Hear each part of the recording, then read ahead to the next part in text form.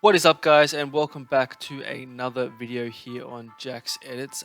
This is episode 3, I believe, for the September season of Climbing to Legend. We are still rocking the battlecry Shaman here, and we actually have what I assume is a mirror matchup up against another Shaman, which is usually the battlecry. There's a couple Shamans running around, but the battlecry is by far and away the most popular.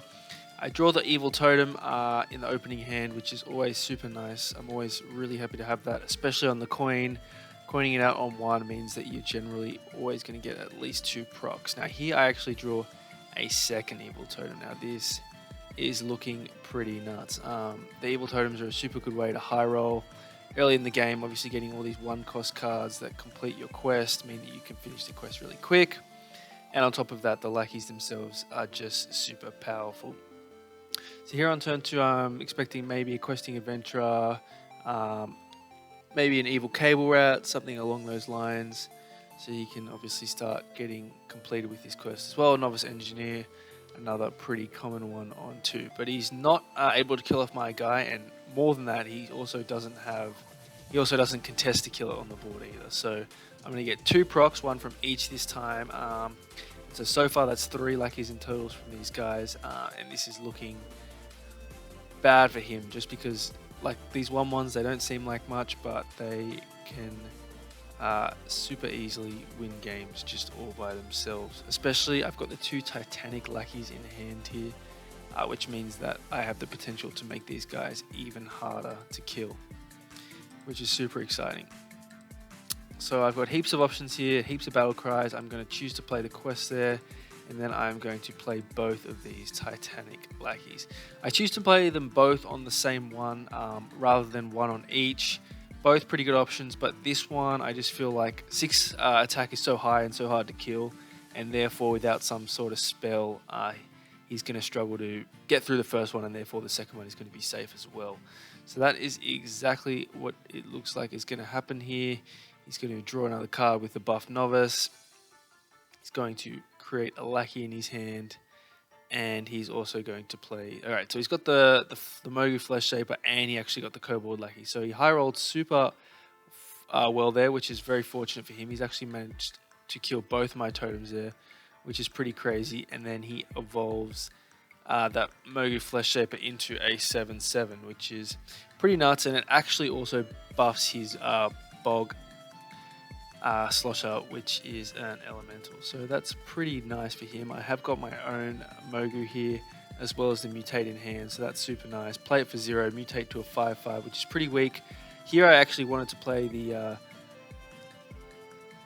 the sludge and draw a Murloc, but once I saw I only evolved into a 5/5, I really kind of do need something stronger than that to contest his 7/7.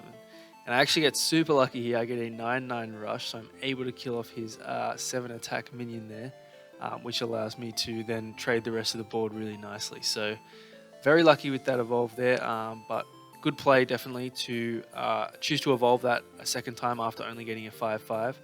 And I'm actually able to clear off his board with the Sandstorm Elemental here. So in a really good position. I was definitely very behind last turn, but due to a combination of good play and good luck, I am now very much ahead. I'm going to Titanic Lackey that 9/2 just because I do want it to be really hard to kill. He's just going to Evil Totem here and Hero Power, which is super duper weak, especially given the board state. So really happy to see that. Draw the Weaponized Wasp. I'm yet to complete the quest, so I'd probably like to save that until I do complete the quest, just so I can double that damage. But I'm going to trade so that I'm able to hit face with the 9/4. Here I'm going to play the Sludge Slurper to finish off the quest, which is really nice. And then I believe I'm going to Hero Power and Kobold Lackey him straight in the face. Nope, that's incorrect. Actually, Bog Slosher my Sludge Slurper back to my hand, which makes sense. Obviously getting a lot more value out of that once I have the new Hero Power. So I have so much damage in hand. I have the Weaponized Wasp for 6, I have the Kobold Lackey for 4, I have the Ethereal Lackey, which is potentially more burst damage, and then I have the Sludge Slurper as well with the Hero Power, which is, again, could be another Kobold Lackey or at the least something else that's going to get me further ahead on board. So it is looking like I will and truly have lethal here with what I have on board, plus the hero power, plus the weaponized wasp. His turn is looking pretty weak. So he is actually going to give that 5/5 plus 2 and taunt, and then he actually has the Mogu Flesh Shaper as well. So a stronger turn than what it looked like it was going to be, but again, just trades that in there, making my guy a 9/1, which is not really that strong. I've got these weaponized wasps, which means I can easily keep in control of the board, which is exactly what I'm going to do here. Kill off that 5/7 with that and the Titanic Lackey. Obviously, I'm going to send this 9 face damage. I have the option to kill off one or both of these minions. I choose to kill off the 6-mana 1/1 there just because he can evolve it. It's also feasible to kill off this 1/1 here just because obviously that allows him to activate his own weaponized wasp, but I'm not really too scared about it.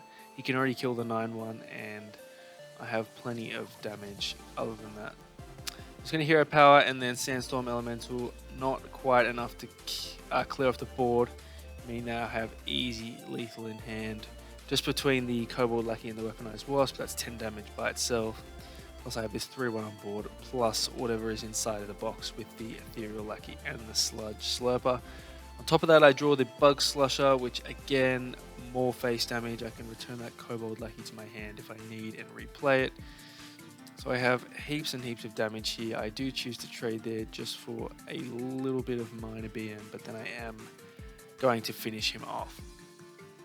So that is game 1 there. That win actually gets us to rank 4 for the first time this season, which is pretty exciting. Well and truly on our way to Legend. We're 10 days into the month. This game is on the 10th, so still 20 plus days to get to Legend, which is super exciting. So that is game 1. So this second game here is just 2 games after the previous one. I did win the one after that, so I'm now rank 4 with 2 stars, and this is another super good example of high rolling with this battlecry shaman. So I toss back and keep one Mogu Flesh Shaper, which is always nice, especially against this priest. I was thinking it was possibly the other priest, the combo priest or the aggro priest, whatever you want to call it. And so that's why I kept the Mogu Flesh Shaper. When I draw the second one, that makes it, kind of significantly worse. The chances I get both of these out is pretty slim, but I am able to again coin out this Evil Totem, which is a super nice start. Get the Ethereal Lackey there, and he's got nothing to contest it. So it looks like I'm going to get at least one more proc of this. I am going to play the quest and Sludge Slurp. I get the Kobold Lackey, which is probably my favorite Lackey to get. It definitely has kind of the most application, so super nice start there. He's going to play this Acolyte on his turn 3 after I see that he's in fact playing the quest, which makes sense. It's pretty common. So again, I'm just going to play my second Sludge Slurper here.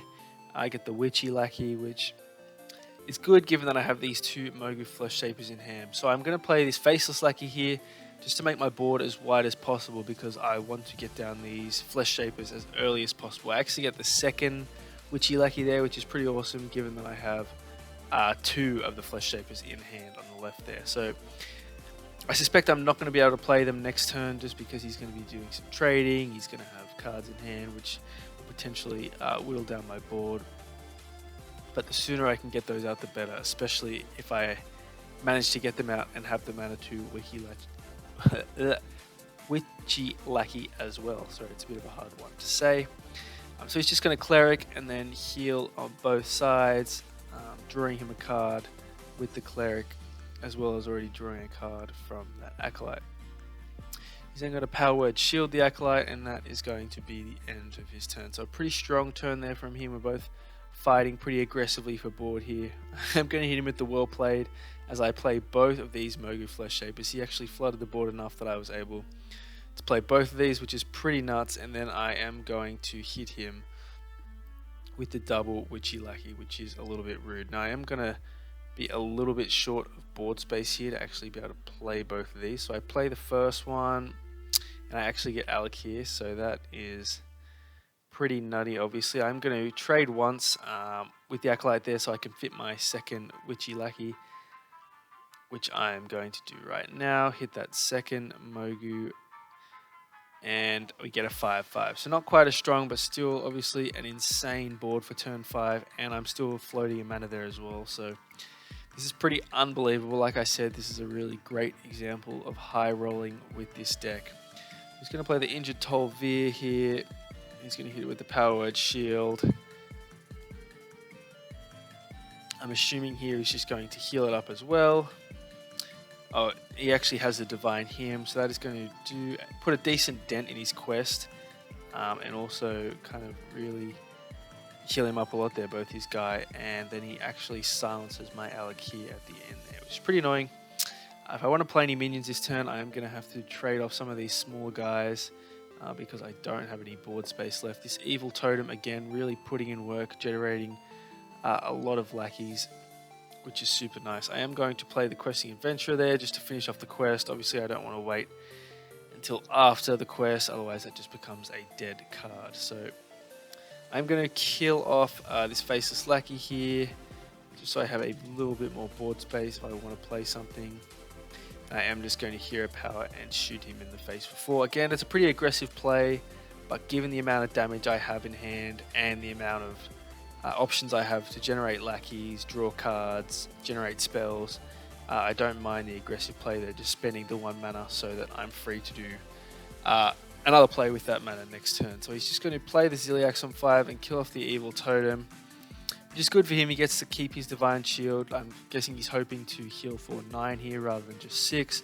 I'm going to Ethereal Lackey because I do want a way to kill this Ziliax without proccing it another 2 times. But he is just going to concede there.